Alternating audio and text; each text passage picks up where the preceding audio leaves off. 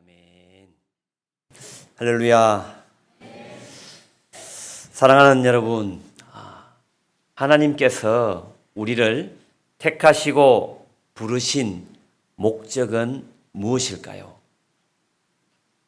흔히들 쉽게 대답을 참 잘합니다. 하나님의 영광을 위하여. 우리 모두 다 알고 있는 말씀입니다.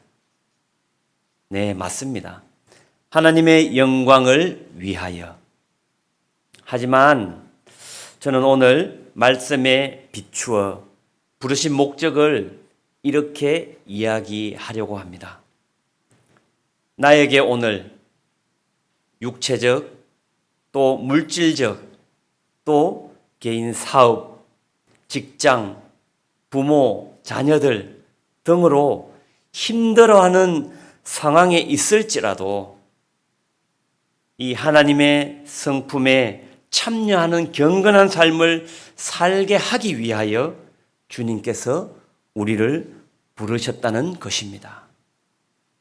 베드로의 첫 번째 편지 베드로전서가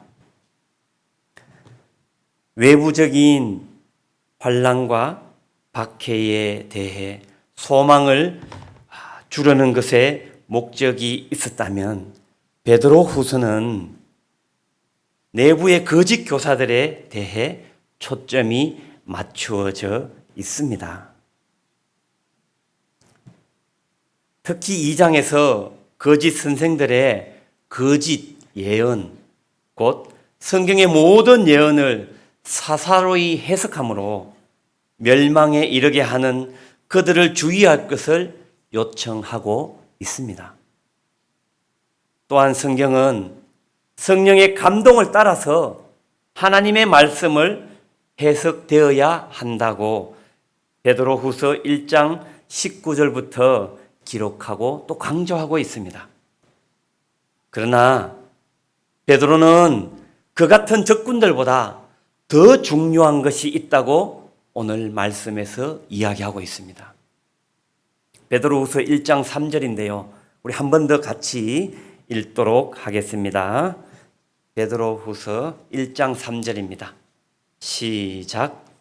그의 신기한 능력으로 생명과 경건에 속한 모든 것을 우리에게 주셨으니 이는 자기의 영광과 덕으로서 우리를 부르신 이를 알므로 말미암음이라.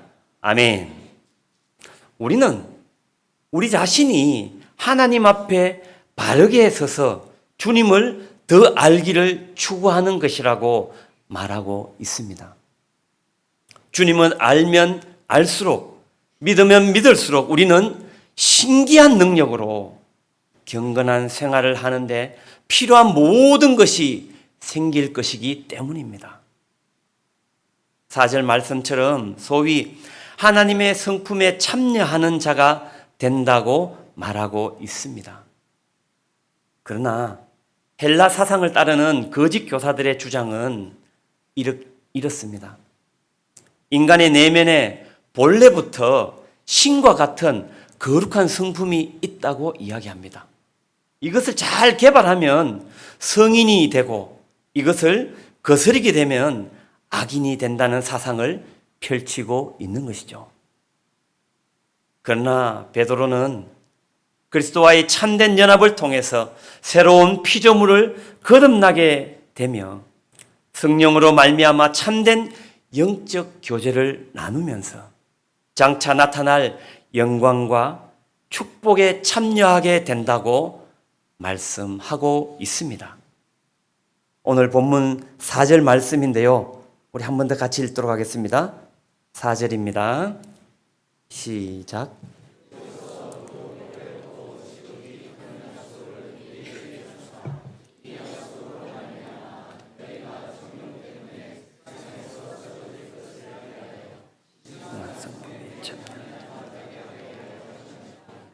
아멘.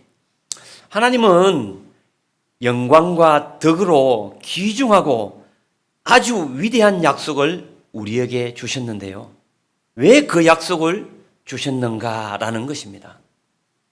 그 하나님의 약속들은 우리가 세상에서 정욕으로 인하여 부패하는 사람이 되지 말고 욕망으로 얼룩진 세상에 등을 돌리고 하나님의 성품에 참여하는 사람이 되게 하려는 거라고 말씀하는 것입니다. 이런 사람을 위하여 하나님은 우리에게 믿음을 주셨습니다. 우리가 경건한 삶을 살 수 있는 모든 능력도 주신 줄로 믿습니다. 따라서 예수 그리스도를 믿고 경건한 삶으로 성장하는 것이 곧 구원으로 들어가는 것입니다. 그러므로 우리는 힘써 경건한 삶을 살기 위해 애쓰고 힘써야 합니다. 그것이 오늘 주일뿐만 아니라 우리의 월요일부터 시작되는 우리의 평상시 우리의 삶에서 그것을 행해야 한다는 것이죠.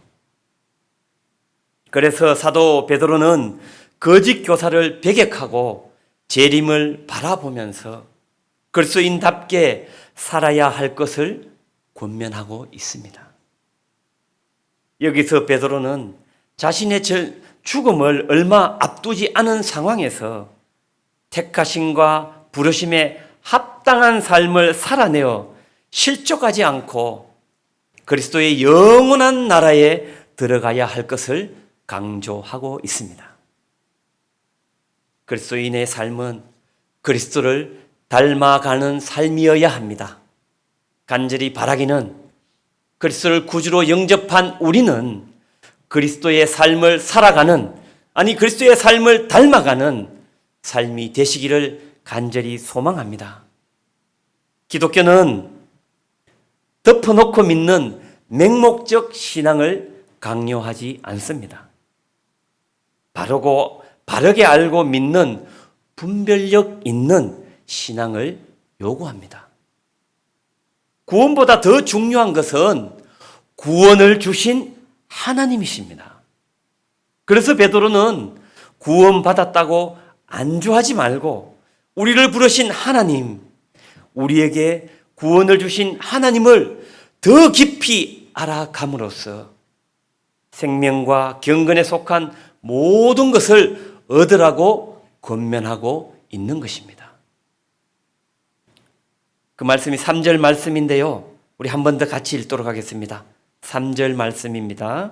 시작.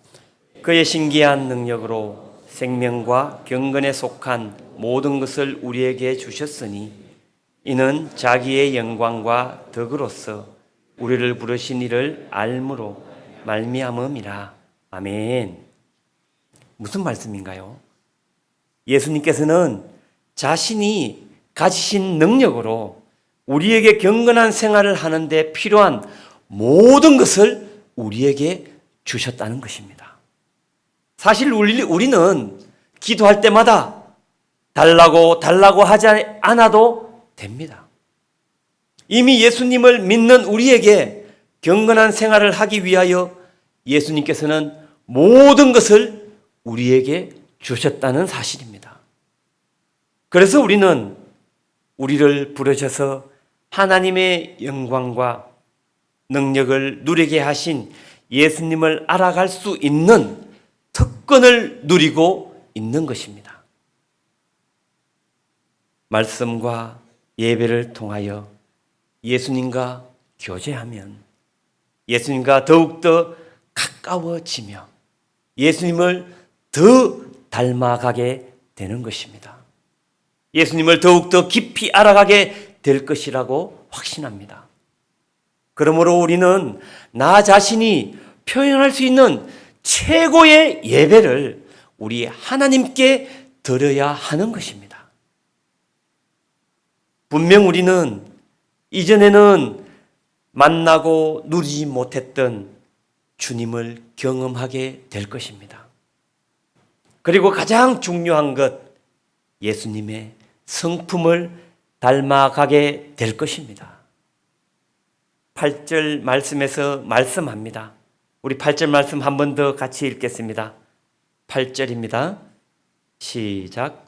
이런 것이 너희에게 있어 흡족한 적 너희로 우리 주 예수 그리스도를 알기에 게으르지 않고 열매 없는 자가 되지 않게 하려니와. 아멘. 힘을 다하여 믿음과 덕과 지식과 절제와 인내와 이런 것들을 풍성하게 갖추게 될 것이라고 말씀하고 있습니다. 그리고 갖추게 되면 계속해서 예수님을 더 알려고 애쓴다는 것입니다.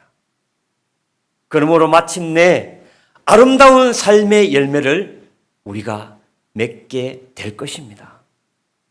사랑하는 여러분, 그리스도를 알고 닮아가는 삶을 살아가는 저와 우리 성도님들 되시기를 간절히 소망합니다.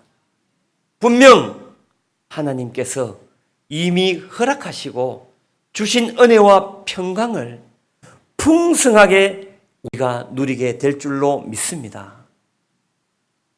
우리의 평생 소원은 무엇입니까?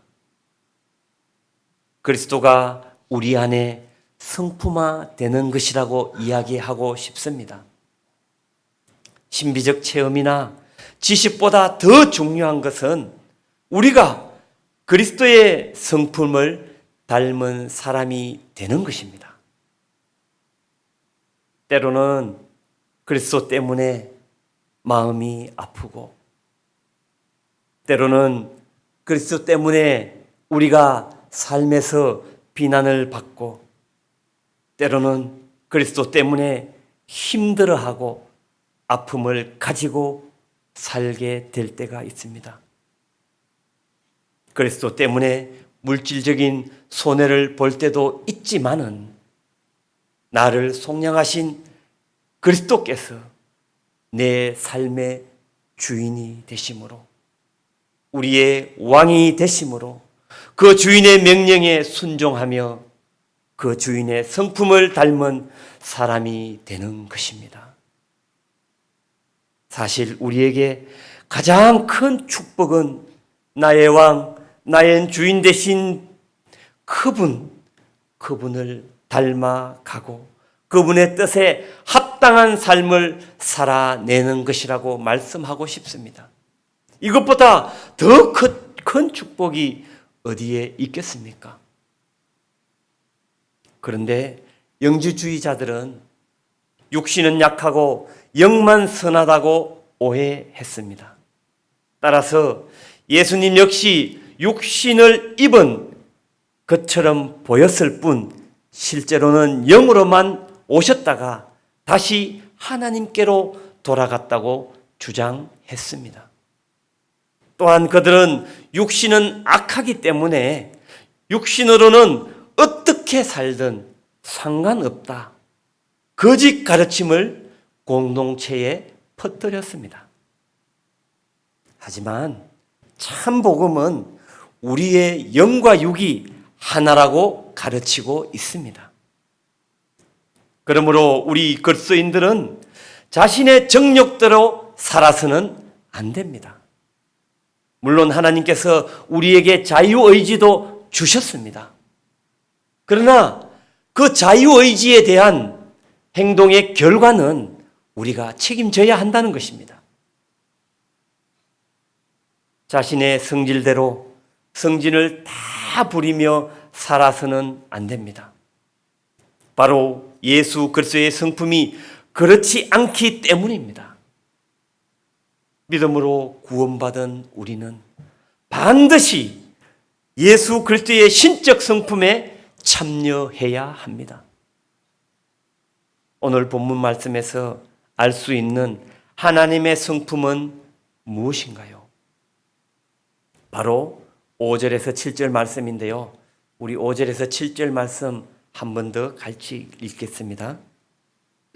5절에서 7절까지입니다. 시작. 그러므로 너희가 더욱 힘써 너희 믿음의 덕을, 덕의 지식을, 지식의 절제를, 절제의 인내를, 인내의 경건을, 경건의 형제 우애를, 형제 우애의 사랑을 더하라. 아멘. 믿음, 덕, 지식, 절제, 인내, 경건, 형제 우애 사랑입니다. 예수 그리스도를 믿는다는 것은 예수님께서 하신 것처럼 형제들을 사랑하는 것입니다. 교리를 주문 외듯 고백하는 것으로 충분하지 않습니다. 덕을 세우고 절제와 인내에 힘쓰고 경건으로 보여주며 우애와 사랑으로 우리는 완성해야 합니다.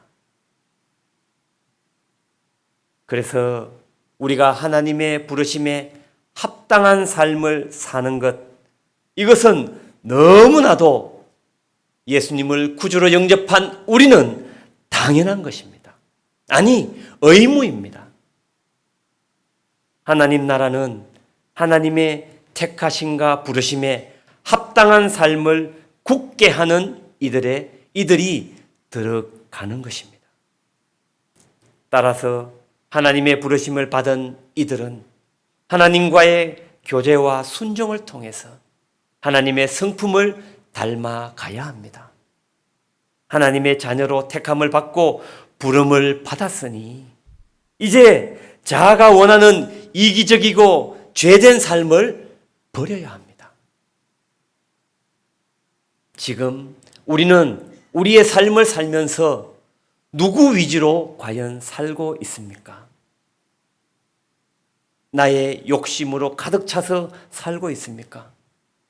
아니면은 참으로 예수님의 말씀에 순종해서 그 삶의 뜻대로 살아내기 위해서 애쓰며 살아가고 있는지요? 하나님과의 교제와 순종을 통해서 하나님의 성품을 닮아가는 저와 여러분이 되기를 간절히 소망합니다. 하나님의 자녀로 택함을 받고 부르심을 받았으니 이제 우리의 자아가 아닌 이기적인 생각은 모두 버리십시오. 오직 주인 대신 하나님을 기쁘시게 하는 삶을 살아가기를 소망합니다.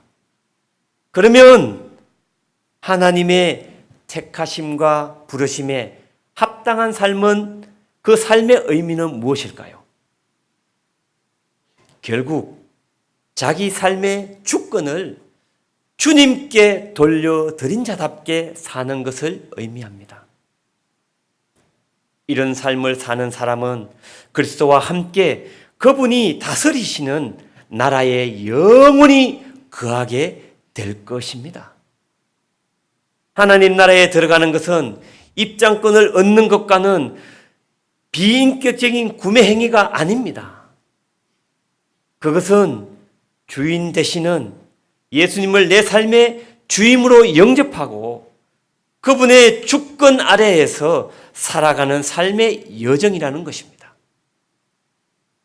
그러므로 우리는 점점 성화되어 가야만 합니다. 사랑하는 여러분, 진정으로 우리에게 필요한 것은 무엇일까요? 예수 그리스도의 성품, 온전한 성품에 이르기 위해 온전한 삶을 추구하는 것입니다. 그런데 이 말씀을 준비하며 제 자신도 되돌아 보았습니다. 과연 정말 내가 예수님의 성품을 닮아가기를 애쓰고 있느냐? 사실 그렇지 못했습니다. 나의 조그만 싫은 소리가 들려도 짜증을 내며 화를 내는 삶이었다는 것을 되돌아보게 되었습니다. 그러므로 이제 예수 그리스도의 성품, 그 온전한 성품에 이르기를 애쓰는 자가 되기로 저 자신도 결단했습니다. 또한 더 근원적으로 들어가 부르심과 택하심을 확인하고 굳게 해야 합니다. 우리가 흔들린다면 그 이유는 부르심과 택하심이라는 그 기본이 흔들렸기 때문이라고 강조하고 있습니다. 베드로후서 1장 10절인데요. 마지막으로 한 번 더 우리 10절 말씀 같이 읽겠습니다. 10절 말씀입니다. 시작.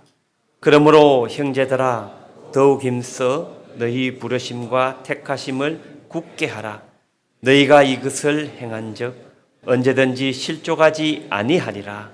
아멘. 그래서 기본만 있으면 안 되고 그 기본을 바탕으로 하나님의 성품을 가진 자가 되도록 추구해야 합니다. 그것이 모든 문제의 해결입니다. 사랑하는 우리 성도님들, 주님께서 은혜로 주님의 나라에 들어가게 하셨습니다. 오직 우리의 어떠한 능력과 지식과 행위가 아닌 하나님의 은혜입니다. 주님의 사랑과 은혜가 주는 능력으로 주님께 순종하고 날마다 주님을 닮아가는 우리 성도님들 모두가 되시기를 간절히 소망하며 우리 주님의 이름으로 축복합니다. 할렐루야.